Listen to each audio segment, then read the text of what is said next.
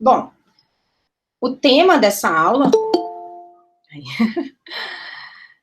o tema da aula de hoje, que na verdade, a aula parece algo estranho para o assunto, né? É mais um encontro, é mais uma roda de conversa, refletir um pouco sobre o que está acontecendo, o que a gente está passando, qual é o momento atual e quais reflexões sistêmicas surgem a partir deste contexto muito específico na nossa história, na história da humanidade, e como a gente pode suavizar este contato familiar na quarentena, e como a gente pode aproveitar o momento para planejar um corte saudável do vínculo familiar, com um único e exclusivo objetivo de desenvolver a própria vida, né? Então, não é porque a gente vai desprezar a família, ou a gente vai se distanciar enfim, não é esse tipo de corte, é um corte saudável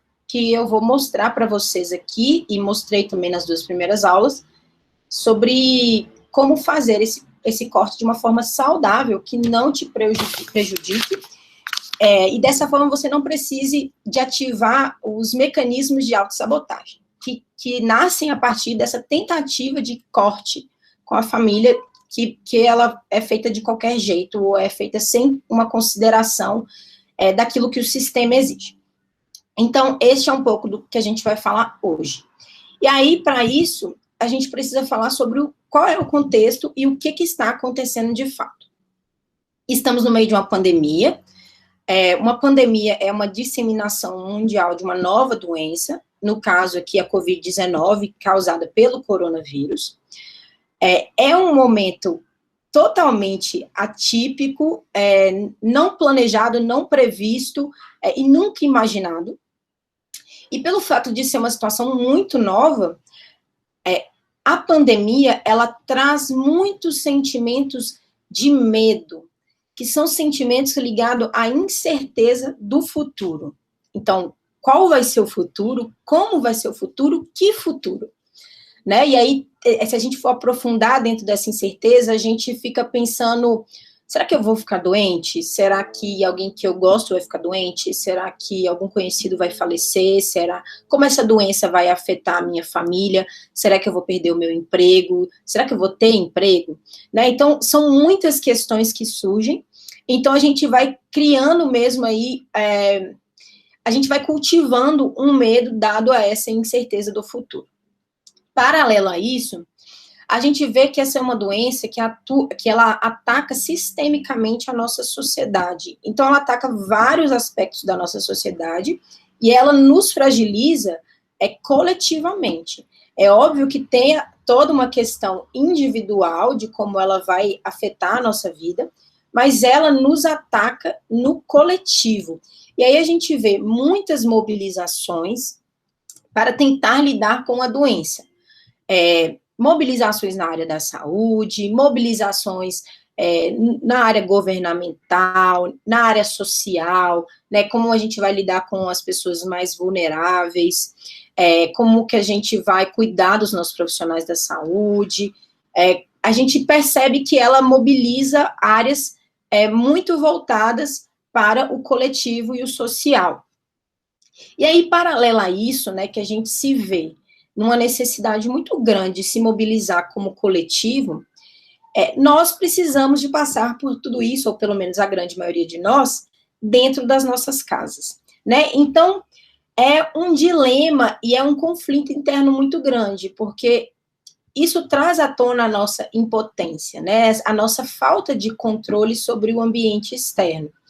Então, a gente vê que exige-se uma mobilização, mas, paralelo a isso, muitos de nós precisam de passar por isso tudo dentro da nossa casa, voltadas para o nosso trabalho ou para a nossa família, voltados para o nosso contexto, na grande maioria.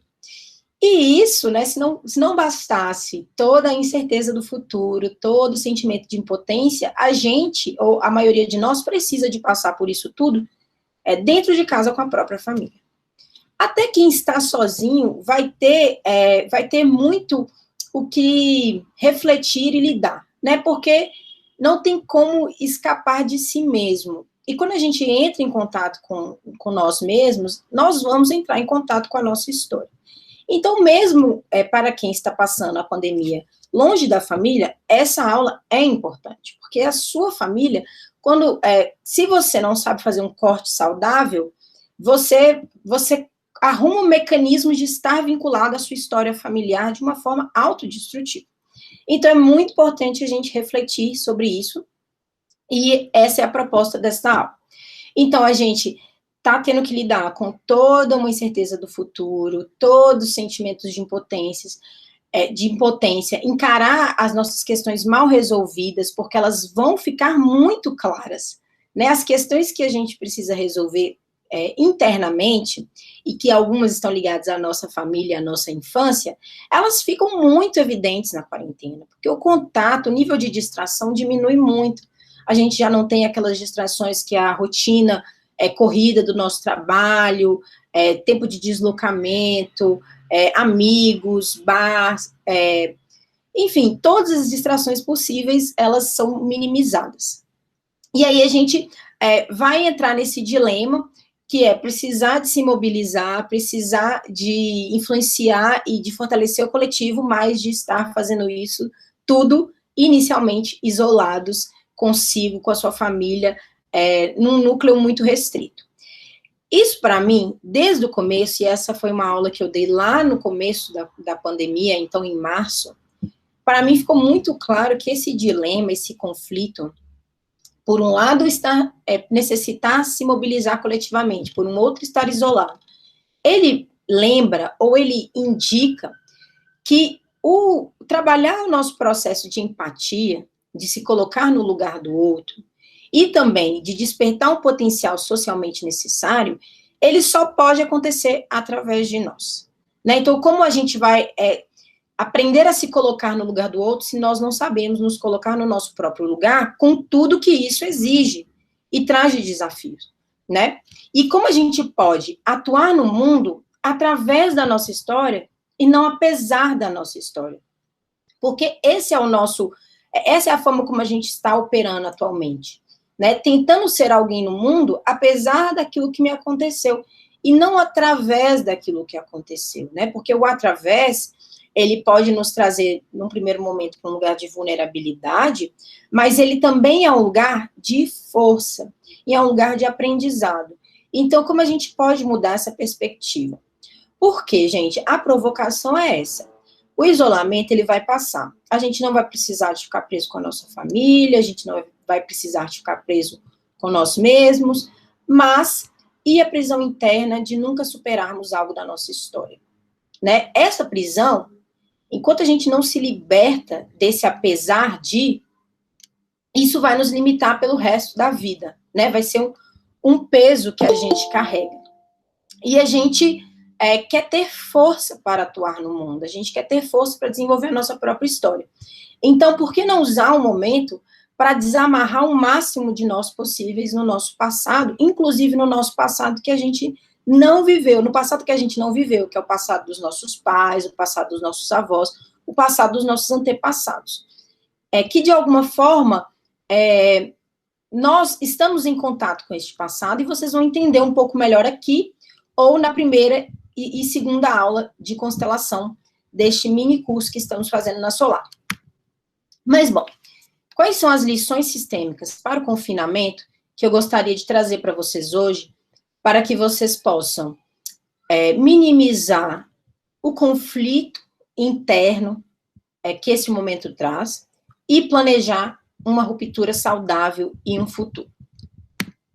A primeira lição sistêmica, ela está aí muito embasada na segunda aula, que é compreender que existe uma conexão com os nossos familiares.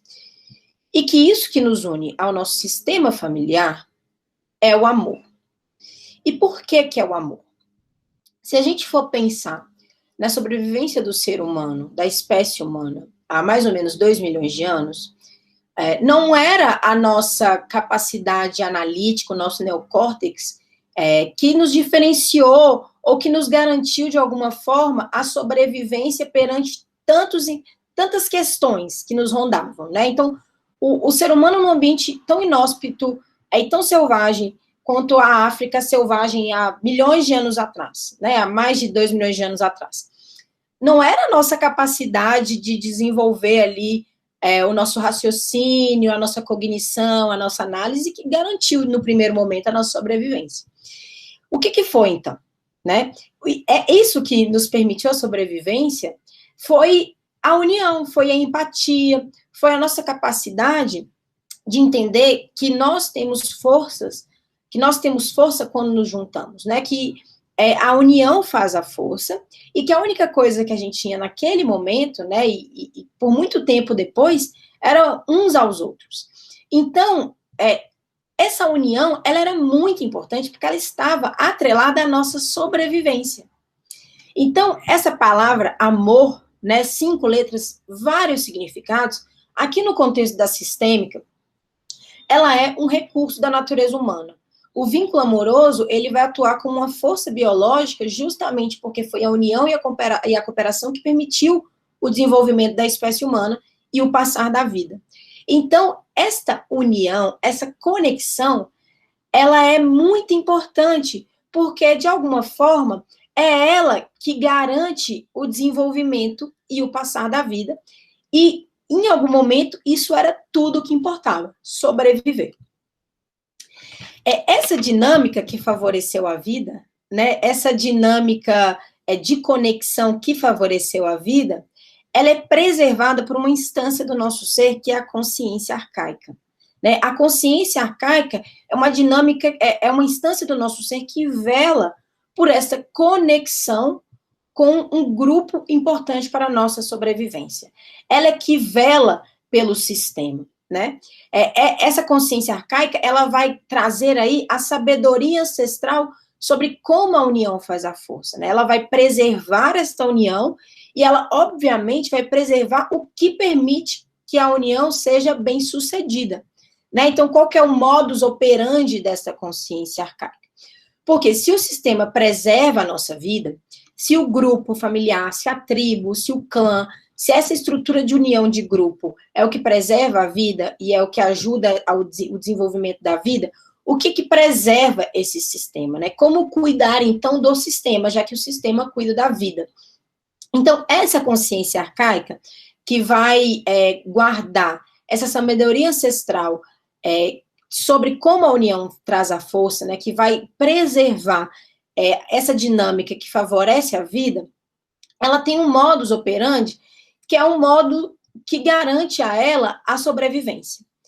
Então, os grupos, quando eles perceberam intuitivamente que eles precisavam um dos outros, né, então que o grupo, essa instância, ela era importante, ainda assim era preciso pensar como ter um grupo coeso, porque não adianta simplesmente a gente se juntar, a gente precisa de ter um direcionamento, a gente precisa de ter uma coesão, a gente precisa de estar coordenado para alcançar o nosso objetivo, que no caso dessa consciência era a sobrevivência. Então, os nossos ancestrais, intuitivamente, faziam 3 coisas extremamente importantes para preservar o sistema. O primeiro modo, né, de lidar com o grupo era essa ideia absoluta de estar vinculado ao grupo e de precisar do grupo. Então, uma pessoa que vivia num ambiente inóspito e tinha que se preocupar com animais selvagens, animais venenosos, com falta de comida, com falta de água, com tudo, ela não pode simplesmente largar aquele grupo porque eles discordam das ideias dela, ou porque ela discorda das ideias do grupo, ou por qualquer motivo aleatório, né? Ela precisa daquele grupo para sobreviver. E, da mesma forma, o grupo precisa desta pessoa para sobreviver. Porque se o grupo fosse deixando cada um seguir o que seguir a própria vida e fazer o que quisesse, este grupo também ia ficar fraco e, no final das contas, é que todo mundo ia morrer. Então, existe aí uma forte adesão ao grupo, esse é realmente esse amor muito forte que vai nos unir ao grupo, porque isso está ligado à nossa sobrevivência. Essa é a primeira coisa. A segunda coisa é que não bastava só estar juntos, né? Alguém precisava de dar um direcionamento, alguém precisava de dar um comando. E aí, aqui surge essa ideia da hierarquia, né, que a gente vê muito retratada, às vezes, em filmes sobre tribos religiosas, ou algumas coisas bem arquétipicas, assim, de clãs e tribos, que a gente vê que a pessoa mais sábia da tribo, a pessoa mais respeitada, geralmente é uma senhora, um senhor, mas é um senhor bem velhinho, e que as pessoas elas vão se elevando na hierarquia com o passar do tempo, à medida que elas vão envelhecendo. E por que que é assim, né? Primeiro que, pensa só, se a gente está num ambiente inóspito e a gente precisa tomar uma decisão rápida, a gente não vai abrir aqui uma roda e vai entrar num consenso, porque aí, até isso acontecer, a gente já teria morrido. Então, primeiro que era necessário um direcionamento rápido, uma decisão rápida. Alguém tinha que decidir. E por que que eram os mais velhos que decidiam aqui, nesse contexto da consciência arcaica e da nossa sabedoria ancestral? Porque o conhecimento sobre como sobreviver, obviamente, estava na cabeça de quem mais tinha sobrevivido, né? Então, se a gente queria saber como sobreviver, nós buscaríamos essas referências por quem já havia passado por mais situações que exigiam a nossa sobrevivência, né? Que exigiam esse conhecimento sobre como superar desafios. Como é diferente de hoje em dia, que a gente digita aqui no computador e a gente acha qualquer informação sobre qualquer coisa, por muito tempo, e há muito tempo atrás, o conhecimento era passado no boca a boca. Então, o conhecimento estava na cabeça das pessoas, e aqui, neste caso, estava na cabeça dos mais velhos. Então, eram eles que direcionavam e comandavam, e era por isso que existia esse respeito pela experiência de vida. O terceiro é uma consciência de que todo mundo precisa de dar o melhor para o grupo sobreviver. E o grupo, né, essa instância coletiva, ela precisa, obviamente, estar engajando essas pessoas a darem o seu melhor. Então, vamos pensar assim, se temos que juntar um grupo para buscar comida, né, vamos caçar e vamos tentar trazer comida. Se tem uma pessoa deste grupo que dá ali o seu máximo, né, que vai procurar dar o melhor de si para trazer um alimento, e ela vai ser bem-sucedida, na hora que for repartir este alimento, obviamente que ela vai receber um pedaço generoso, primeiro para repor a energia dessa pessoa, segundo para engajar essa pessoa. Então, é um mecanismo de engajar as pessoas a darem o melhor de si no grupo, né? Então, a gente está falando aqui de um equilíbrio. Eu dou algo de mim para o grupo, mas eu também espero que o grupo dê algo dele para mim, né? Então, que seja mantido aqui um equilíbrio. Essa pessoal, uma parte inconsciente de nós, obviamente, porque a gente está pensando num mecanismo de sobrevivência, numa sabedoria de muitos e muitos anos atrás, né? Há milhares de anos atrás. Então, isto apesar do nome consciência arcaica, é uma parte inconsciente. Esse nome, consciência arcaica, ele foi dado didaticamente pelo Bert Hellinger, para facilitar esse entendimento, mas ela é uma parte inconsciente de nós, é inconsciente do ser humano, que se sente profundamente conectada ao grupo familiar, porque essa instância, ela vai estar ligada a o que favoreceu a vida, que são os grupos. Então, ela vai estar ligada a esse conhecimento ancestral, e é por isso que ela vai estar tão conectada com a nossa família. Porém, entretanto, todavia, eu gosto de brincar que o ser humano estraga tudo. É verdade, né? Não tem nem como negar. E aí vem que nós, com a nossa consciência mais imatura, né? Que a consciência arcaica deve ser uma das consciências mais antigas. A consciência pessoal é uma das mais novas, mais imaturas.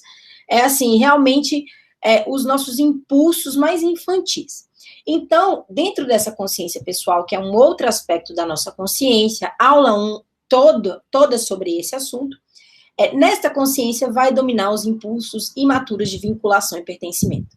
Então, por um lado, a gente tem uma sabedoria ancestral maravilhosa que fala sobre a união fazer a força e como a gente pode preservar a união.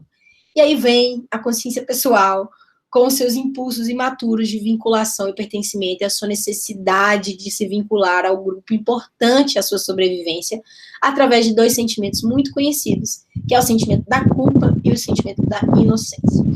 Então, sempre que estivermos nos vinculando, nos aproximando, cedendo, fazendo algo por culpa, provavelmente são os nossos impulsos imaturos de vinculação.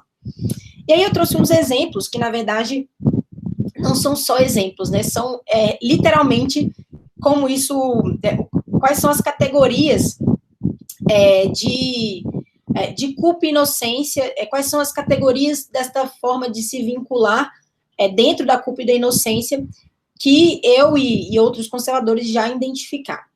A primeira, pessoal, é a adesão aos valores e julgamentos morais familiares. Essa aqui está muito ligada à preservação de morais familiares que não necessariamente são nossos e que não necessariamente fazem bem a outras pessoas, como, por exemplo, muitas vezes é a moral religiosa.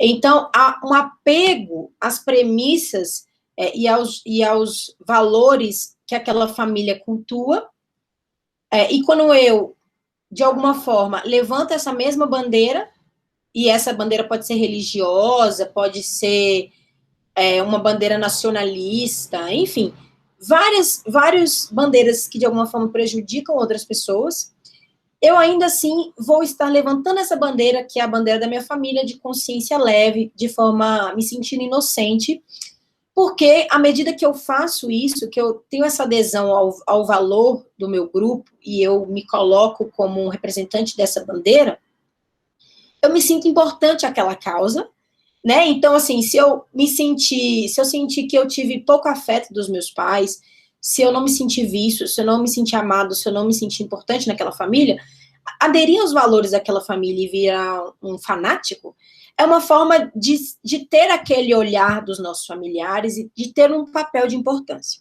Então, um exemplo que eu dou na minha aula 1, é vocês pensarem, por exemplo, quantas pessoas usam e abusam da internet para falar um monte de bobagem, para não falar pior, e essas pessoas, elas têm a cara de pau de sair na rua e pedir por uma intervenção militar. Elas não têm a menor ideia do que elas estão pedindo, né? Elas usam a liberdade delas para de alguma forma, promover esta não liberdade, né? Para promover este tipo de abuso que vem com esse tipo, né, de intervenção militar. E por que elas fazem isso, né? O que explica elas fazerem isso, além, obviamente, da ignorância, mas aí elas fazem isso tudo de consciência leve, elas se sentem bem, elas se sentem internamente bem. Então, este é um mecanismo imaturo, é um impulso de vinculação muito imaturo, né? Ele não está calculando os riscos ainda, nem para os outros, nem para si. Então, essa é uma forma. A segunda é um dos motivos pelo qual eu mais atendo os meus clientes, e ela é realmente devastadora, que é a lealdade aos problemas e sofrimentos familiares. Quando nós temos uma mãe muito sofrida, uma mãe que nos colocou num lugar de preencher o vazio dela, e a gente se sente mal de ver a nossa própria vida, a gente não se sente mal de ver a própria vida porque a gente está sendo sacana, porque é injusto, porque é certo pensar e agir dessa forma. Não, a gente se sente mal de sair desse lugar porque a gente se sente culpado, porque, principalmente com a figura materna, que a gente tem um vínculo de amor inconsciente muito forte, a gente sente que quando a gente está colocando ali o nosso pertencimento, porque a gente está fazendo algo diferente, vivendo algo diferente, isso traz um sentimento muito forte de culpa, porque a culpa diz: eu estou colocando o meu pertencimento em risco. A inocência diz: eu estou reforçando o meu pertencimento. Então, tem pessoas que se sentem bem quando elas sofrem igual a família, igual os familiares, igual os pais, né? Ela se sente bem quando ela se auto-sabota e ela não consegue desenvolver uma vida que ela quer, porque ela tem essa oportunidade que foi dada pelos pais, né? Porque se os pais passaram por isso e eles tiveram os erros dele, a gente precisa de reconhecer que nós temos o benefício da crítica, e nós temos o privilégio da crítica, e nós temos o privilégio de aprender com os erros dos nossos pais, e entender que justamente se a gente não passar pelas mesmas coisas, aí que o sofrimento deles não vai ter sido em vão, né? Porque de alguma forma a gente vai ter usado a oportunidade que eles nos trouxeram para ter uma vida melhor. Não melhor que a deles, mas melhor do que o sistema tem experimentado até então. Então, aqui, Sempre que a gente se apegar aos problemas familiares, sempre que a gente se auto-sabotar e se colocar num lugar comum para a família, a gente vai se sentir bem. Quando a gente tentar romper esse ciclo vicioso, a gente vai se sentir culpado. A terceira é o desejo de livrar os pais e antepassados dos seus destinos. Ela está muito ligada a essa segunda, e é essa vontade de se colocar como salvador, né? Esse apego pela inocência. Né? O salvador, ele finge que não tem problema, porque ele sempre se apega a uma vítima que tem problemas. E a vítima está cheia de problemas. Então, o salvador, ele olha para o problema da vítima, de quebrada, não olha para os seus problemas, e eles vivem aí a gente chama de triângulo dramático, nessa forma de perpetuar os problemas, né? E isso também é um mecanismo para se sentir importante, porque a gente vê muito isso nas pessoas que tiveram pais muito frágeis, aparentemente frágeis, no sentido de um emocional muito abalado, se sentiu pouco amado, tem dificuldade com a afetividade, e aí a gente vê esse pai, essa mãe frágil, e a gente esquece que nós somos criados por esses pais, né, e a gente, para lidar com esse sentimento de impotência, com esse sentimento de você, que está faltando alguma coisa, você não foi capaz de me dar isso, nós nos colocamos como os responsáveis por aqueles pais, nós nos colocamos como melhores para aqueles pais, como se nós dessemos mais conta do que eles. Né? E a gente acaba assumindo esse papel de pais dos nossos pais. E isso tudo para se sentir importante, para se sentir indispensável, né? Porque se eu sou o salvador, se eu cuido de você, você não pode me dispensar, você precisa de mim. Então, isso é uma forma também de se vincular. Fiquem muito atentos, a consciência pessoal pode ser muito traiçoeira, e fiquem muito atentas nos seus sentimentos de culpa e de inocência. Por quê, gente? Muitas vezes, quando inocentemente a gente acredita que estamos fazendo algo que para nossa consciência é certo, porque a gente associou por muito tempo que culpa é igual fazer algo de errado, inocência é igual fazer algo certo, consciência pesada é igual fazer algo de errado, consciência limpa é igual fazer algo certo, que não é, só quer dizer que, por um lado, eu tenho meu pertencimento a qualquer custo, e por outro lado, eu posso estar colocando meu pertencimento em risco, posso, mas isso pode beneficiar o meu futuro, né? E é só um posso, porque se a gente estudar a consciência arcaica, a gente vai perceber que não tem como você não ter esse pertencimento é uma garantia da natureza. Mas, bom, quando estamos inocentemente fazendo o que para a nossa consciência é certo, a gente acaba desrespeitando o que vela a consciência arcaica, o que a consciência arcaica cuida, respeita, preserva, tem como importante. E isso acaba trazendo problemas para a nossa vida. Diferente da consciência pessoal, que a gente percebe pelos sentimentos de culpa e inocência, a consciência arcaica, que é uma consciência oculta, a gente só conhece ela pelos seus efeitos. Só quando, assim, resumindo, quando dá merda, você sabe que você está de alguma forma, que você não está respeitando algum princípio importante ou que é importante para ela, né? Então, a gente só descobre que algo da nossa consciência arcaica não está sendo visto quando já está dando errado, quando alguma coisa já está dando errado. Não é à toa que na constelação a gente sempre parte do problema, o problema mais gritante na sua vida hoje em dia é para isso que nós vamos olhar, porque ele traz o gancho de onde está realmente o problema aí sistêmico, né? O que no sistema não está sendo visto? Porque lembrem-se, se o sistema preserva a vida, a gente precisa preservar o sistema. Então, como que o sistema está se sentindo frágil, ou o que não está sendo respeitado no sistema, que traz um problema para os descendentes, para que algo possa ser visto no sistema. Porque uma coisa que vocês precisam entender, que não é injusto esse mecanismo. Na verdade, é assim, como o sistema vai cuidar, vai de alguma forma, ou deveria preservar a vida, se o sistema está fragilizado, consequentemente, esse preservar, esse desenvolvimento da vida vai ficar fragilizado, né? Então, olhar para o sistema e o que ele precisa, tem sempre a intenção de liberar os descendentes, liberar as pessoas, para que elas possam desenvolver a vida delas.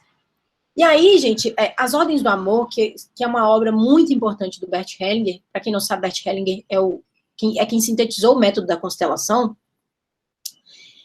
Esse trabalho é o grande trabalho dele, é a base de todo o constelador sistêmico. Ela nasce com esse intuito de fazer um pacto, um meio de campo entre a consciência pessoal e a consciência arcaica, né, entre o nosso passado ancestral e o nosso futuro, como a gente vai buscar esse futuro. Então, essas ordens do amor, elas são considerações para que a nossa vida flua, para que a nossa vida flua.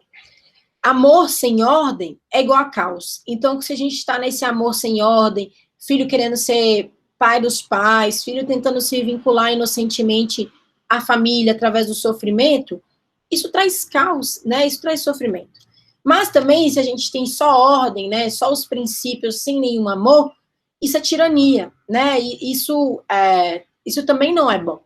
Então, aqui, as ordens do amor, essa junção entre esse amor, essa necessidade de se vincular, mas uma ordem importante, um conhecimento que foi testado por muito tempo pelos nossos ancestrais, que garante que se a gente olhar para eles, a gente vai estar liberado para olhar para o futuro também. E quais são essas ordens do amor? Não vou prolongar esse slide, porque tem uma aula todinha sobre as ordens do amor, essa aula deve ter 1h15, mas são 3 e estão baseados lá naqueles princípios que eu comentei com vocês no início da aula. Primeiro é o pertencimento, que é esse entendimento de que todos têm um direito e necessidade de estarem vinculados ao sistema que pertencem, todos mesmo. Então, eu vou usar aqui o exemplo do corpo humano para explicar 2 dinâmicas para vocês. Vamos lá. Se a gente está analisando o corpo humano, que é um sistema, e algum órgão, ele perde uma função, ele perde parte da função, ou perde totalmente a função. Isso não vai passar batido, né? O sistema como um todo vai se mobilizar para tentar compensar a falta daquele órgão. E vai sobrecarregar o sistema como um todo, né? Então, não vai ser sentido só localmente, mas como no sistema todo. Então, é isso que acontece aqui no pertencimento.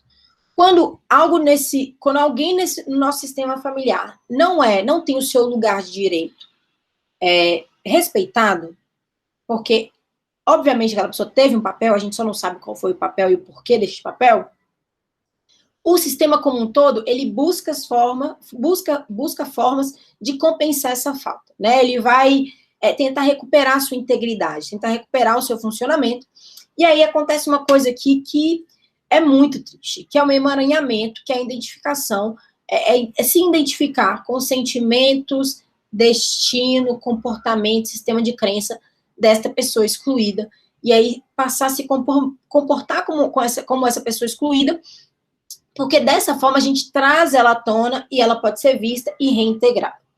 Só que, gente, perceba, garantir um lugar de pertencimento no amor para alguém é totalmente diferente de conviver com essa pessoa. A gente não vai se submeter a nenhum tipo de perigo, violência, abuso, discriminação, nenhum tipo, nada desse tipo, né? A gente não está falando de convivência, a gente está falando de explorar uma perspectiva de que todas as pessoas do nosso sistema um dia foram só uma criança. E aí, se a gente buscar entender o que se desenvolveu, o que aconteceu, quais foram as marcas deixadas na vida dessa pessoa, e o que aconteceu antes, a gente vai muitas vezes entender a dinâmica dela e o porquê que ela se comporta desta forma. Isso é uma coisa. Agora, o exemplo aí, continuando no corpo humano. Se tem uma parte do nosso corpo que está gangrenando, a gente não vai deixar a parte infectar todo o resto do nosso corpo, né? Obviamente que não vamos, então a gente vai retirar essa parte. É igualzinho aqui na sistêmica, né? Então, assim, se tem uma pessoa perigosa, uma pessoa violenta, uma pessoa abusiva, a gente não vai submeter essa pessoa, a gente não vai ficar perto, a gente não precisa de submeter nenhum tipo de família tóxica ou pessoa tóxica, né? Esse é um ponto importante sobre conviver e pertencimento, que são diferentes. Isso é uma coisa. Sobre essa questão do tóxico, que a gente usa muito, né? Obviamente que existem pessoas que são realmente tóxicas, a gente precisa, no mínimo, exercitar aí uma autopercepção e compreender a nossa conexão, porque, olha, vejam bem, uma das coisas que eu mais atendo é repetição de comportamento dada a julgamento. Então, quantos comportamentos dos seus pais você não está repetindo, mas você só consegue ver os deles, né? Então, assim, quando a gente não consegue se vincular no amor, a gente se vincula na dor, e aí a gente vai começar a repetir padrões de comportamentos autodestrutivos também e parecidos com os deles. Então, este é o pertencimento. Gente, o pertencimento é muito mais profundo que isso, então eu recomendo que vocês vejam a aula 2. Hierarquia. Hierarquia está ali ligada a esse direcionamento, a essa voz de comando, e é essa valorização da ordem de chegada e da função de cada um. Se pai se coloca no lugar de pais, pai e mãe se colocam no lugar de pais, filhos podem ser filhos, né?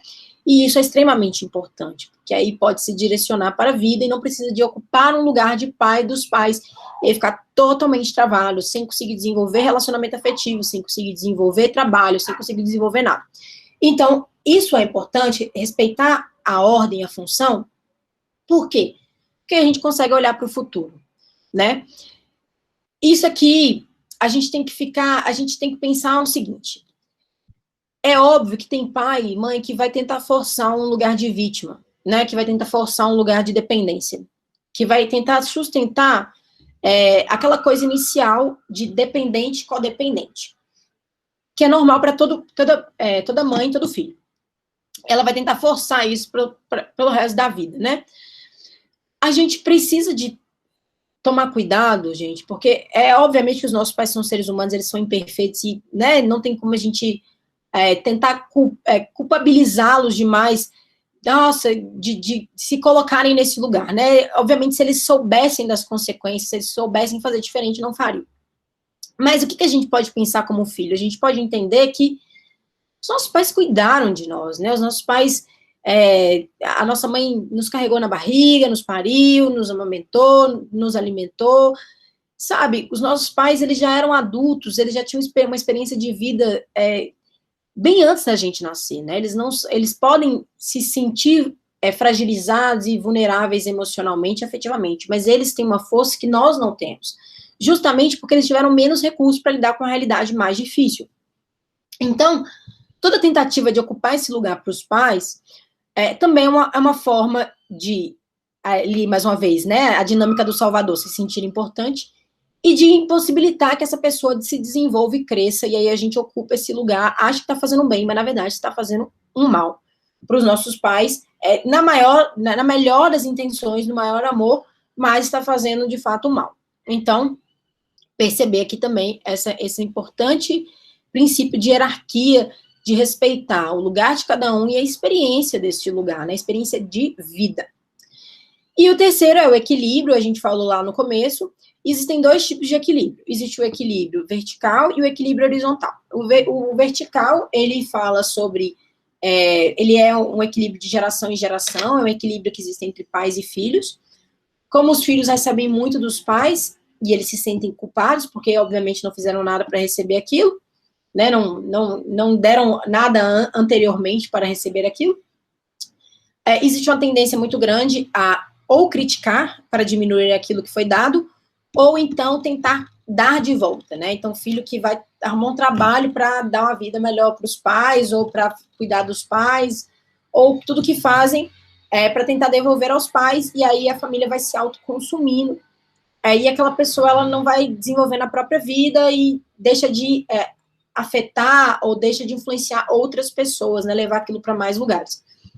Então, aqui no equilíbrio vertical, a gente equilibra aquilo que foi dado pelos nossos pais, passando isso adiante, levando isso adiante, fazendo algo com aquilo que a gente recebeu, né? Fazendo algo com aquilo que a gente recebeu através do nosso trabalho, através da criação dos nossos filhos, através do desenvolvimento do nosso propósito. Esta é o equilíbrio vertical. O equilíbrio horizontal, ele vai falar sobre relação de casal, sobre troca, né? Então, relação de casal, a premissa é que são dois adultos, que ambos têm suas forças e suas fraquezas, e por terem esse equilíbrio, ter essa igualdade, eles não são, nenhum dessa dupla, né, é melhor do que o outro, né? Então, não se força dessa forma uma relação de pai e filho, onde existe um lado que dá mais, que quer atender a demanda do outro, que quer cuidar do outro como pai, mas que faz isso por amor e que acaba se sentindo mais sozinho e não visto, e um outro lado que tenta empurrar para essas pessoas seus desejos infantis, suas necessidades infantis não atendidas pelos pais, sua necessidade de amor incondicional, de alguém que salve ela, de alguém que cuide dela, que tome as decisões por ela, porque isso também vai sobrecarregar o relacionamento e vai forçar uma relação que não é a relação que deveria estar acontecendo entre dois adultos. Então, aqui, o equilíbrio, ele vai se dar na vertical, quando a gente passa adiante aquilo que a gente recebeu, e na horizontal, quando a gente tem essa capacidade de trocar, uma troca dinâmica, tentando sempre evitar os extremos, de se sentir uma criança no relacionamento, uma criança dependente, eu não vivo sem você, você é tudo para mim, e também um salvador que acha que vê o outro como incapaz, que quer assumir tudo, quer controlar tudo, né? Então, isso não é saudável, isso força uma ruptura inevitável. Essas são as ordens do amor, um pacto entre consciência pessoal e consciência arcaica, extremamente importante para a gente completar esse aprendizado, esse primeiro aprendizado, que é compreender que existe uma conexão e que essa conexão, ela exige algumas coisas de nós, e à medida que a gente pode olhar para isso, a gente pode se liberar para todas as outras coisas, as infinidades de coisas que existem. A próxima lição sistêmica é a da empatia sistêmica, de ter empatia, que ela não é ela é uma empatia onde a gente consegue se colocar no lugar de todas as pessoas que estão no nosso sistema familiar e ter uma compreensão deste lugar. Se você conhece a constelação, se você já viu qualquer outro trabalho da constelação, você provavelmente já deve ter visto essa imagem, árvore genealógica de ascendentes. Essa imagem, ela é muito popular, e aí eu vou ler ela para vocês, porque vocês vão entender por que ela é tão popular.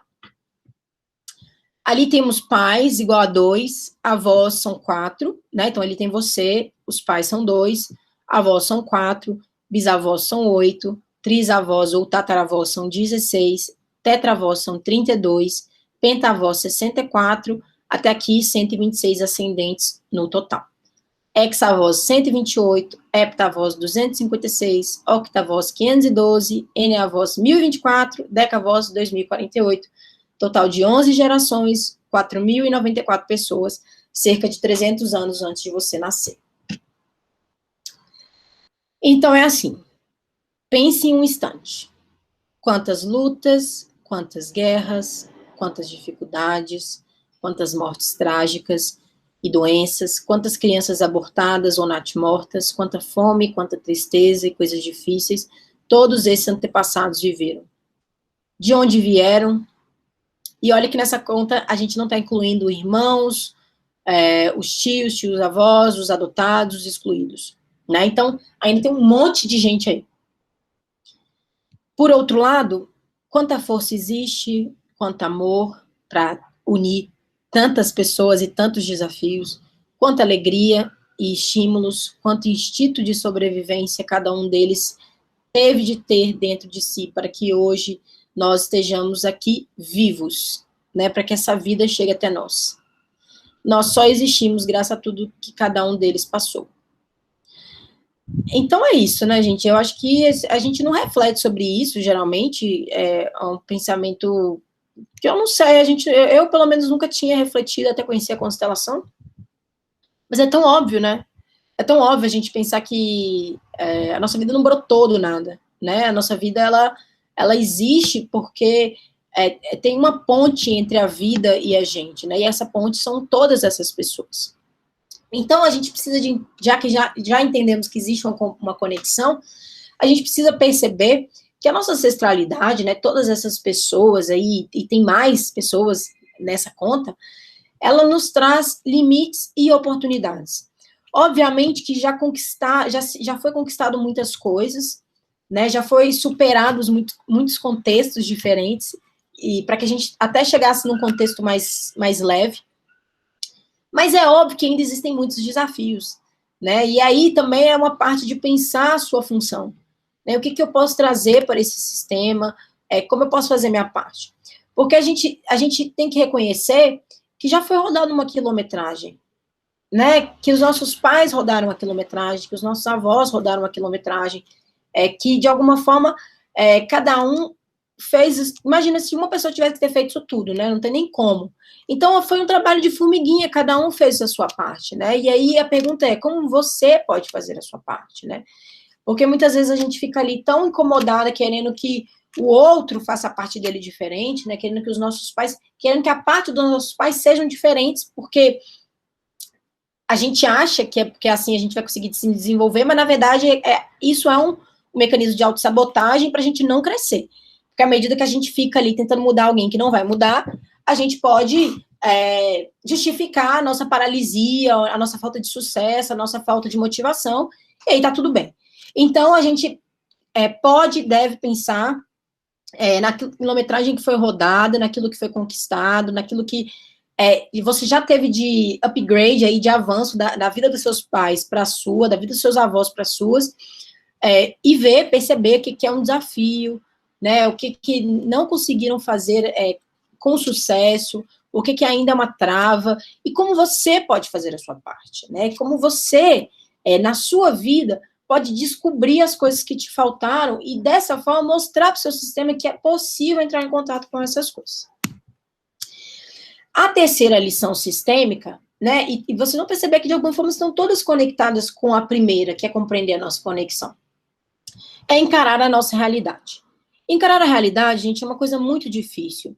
E a gente pode e deve contar com os terapeutas, os psicólogos, os psicanalistas, enfim, a gente pode e deve contar com alguém para nos ajudar a olhar para a nossa realidade, né? Porque, pelo menos, eu vejo meu trabalho como isso, né? Ajudar alguém a olhar para a realidade e suportar aquela realidade e passar pelaquela dor e encontrar um lugar depois daquilo, né? Mas não apesar, como se estivesse disfarçando que aquilo existe, mas através, porque aí quando eu mergulho, eu descubro que tem uma força e um aprendizado interno dentro dessa realidade.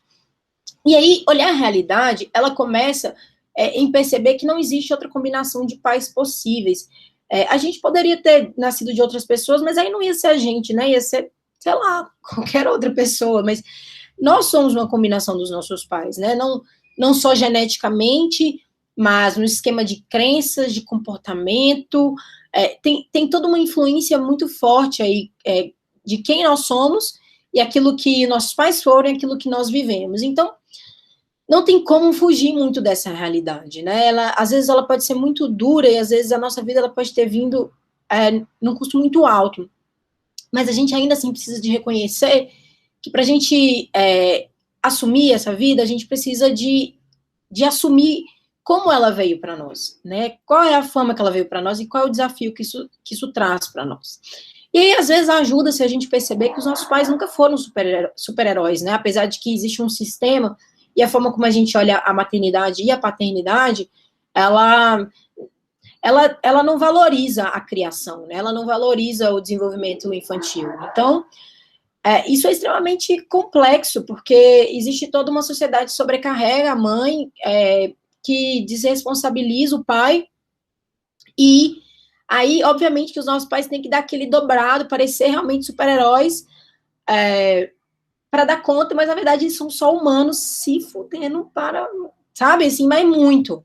Então, assim, não romantizem, porque não é romântico, é cansativo, e é essa coisa mesmo do patriarcado, do capitalismo, que não percebe o quão importante é você cuidar de todas as crianças que existem, né, de preservar essa primeira infância, porque ali vai ser a base do cidadão que ele vai se tornar, que essa criança vai se tornar, e depois essa criança vira um problema social, e aí a gente tem mais dificuldade ainda para lidar com isso, é o que a gente está vendo hoje em dia. Mas, bom, não romantizem os pais não são super-heróis, eles são seres humanos, e eles também estão sujeitos às marcas da vida. Isso não é para vocês sentirem pena, isso é para vocês exercitarem a compaixão. A capacidade de perceber que, à medida que a gente se confronta com a nossa realidade, que às vezes pode ser dura, a gente também percebe que só o fato da gente ter sobrevivido a essa realidade, nós somos muito fortes, e isso é uma qualidade.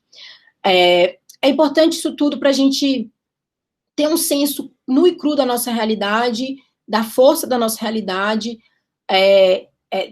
liberar os nossos pais dessa impossibilidade de serem pessoas melhores dentro da nossa cabeça, através da nossa insistência, não vai rolar.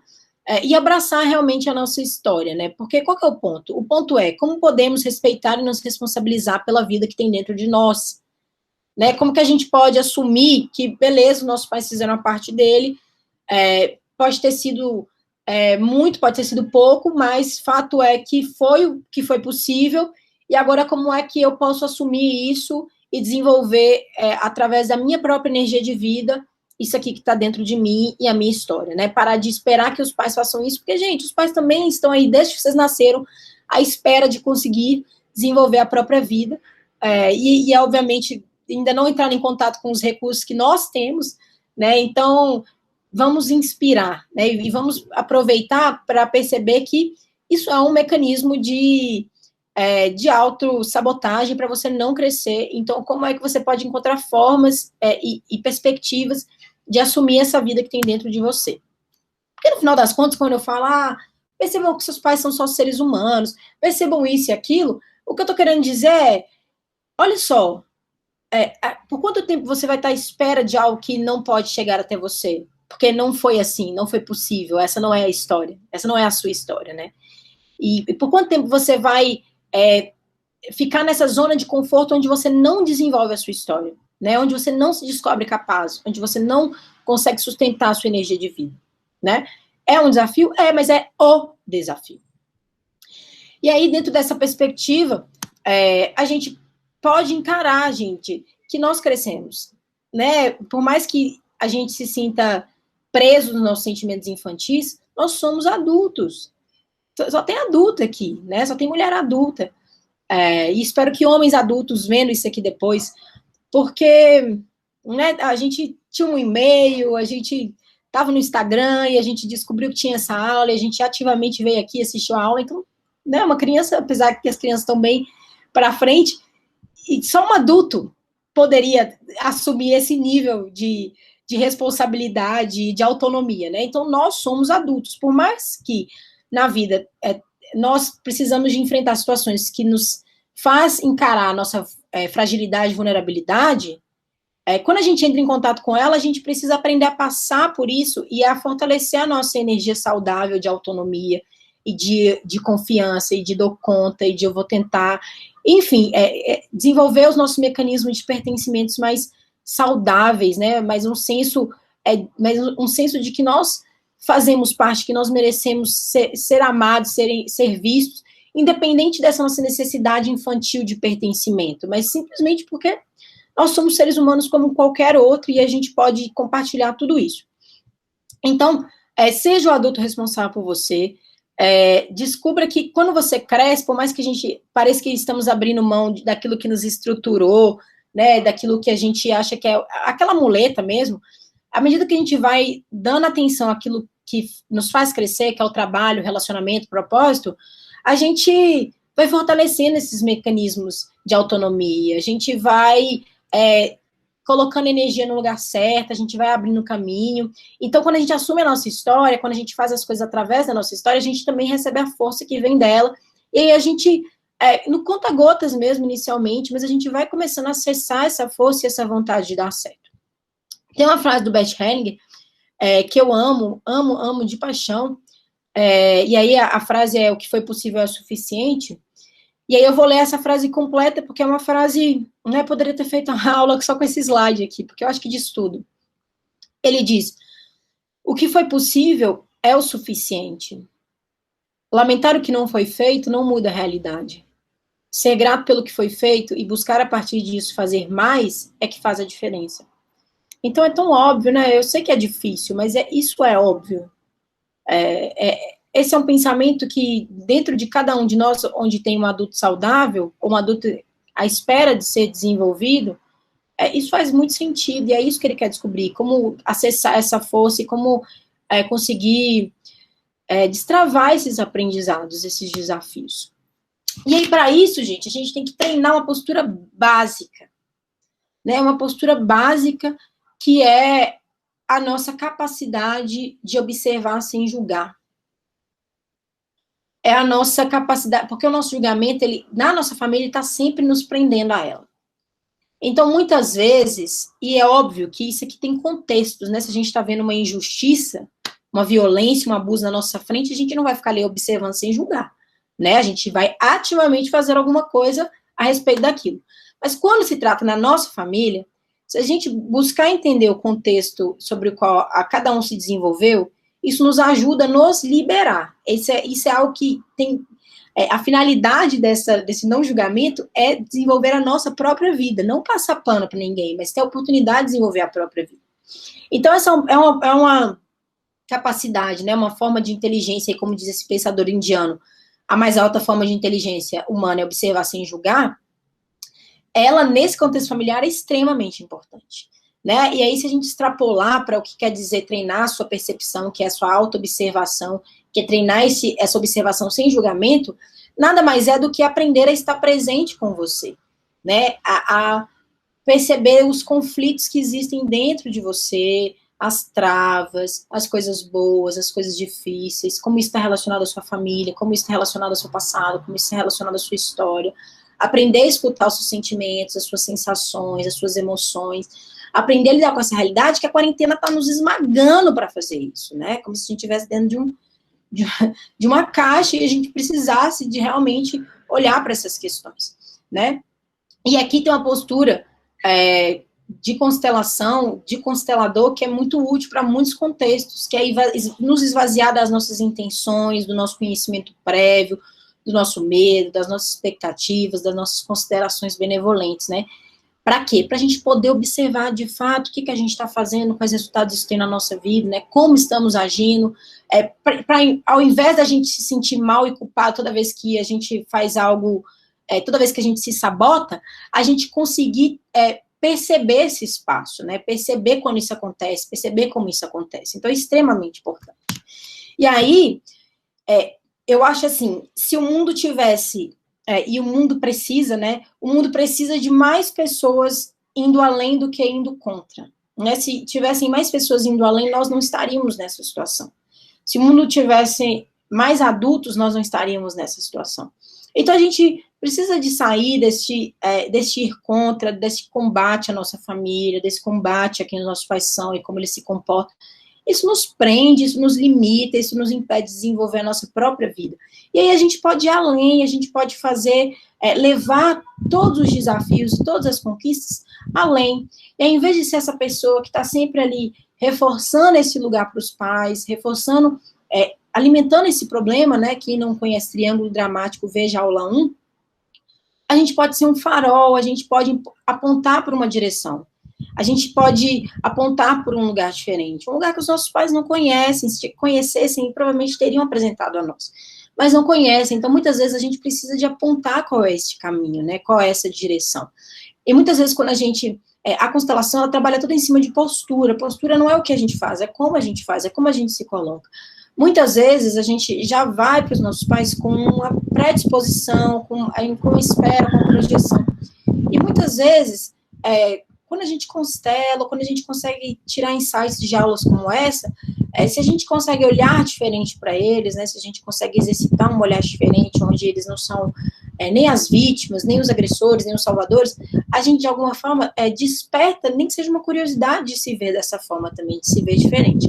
Então, isso agrega muito mais, isso ajuda muito mais, e a gente está num momento muito delicado, a gente está num momento realmente em que, se a gente não se fortalecer sistemicamente, a nossa espécie vai entrar em extinção, a gente vai acabar. Então, a gente precisa de mais pessoas indo além do que pessoas indo contra, né, e mostrando um caminho diferente. Então, esta foi a aula de hoje, espero que vocês tenham gostado.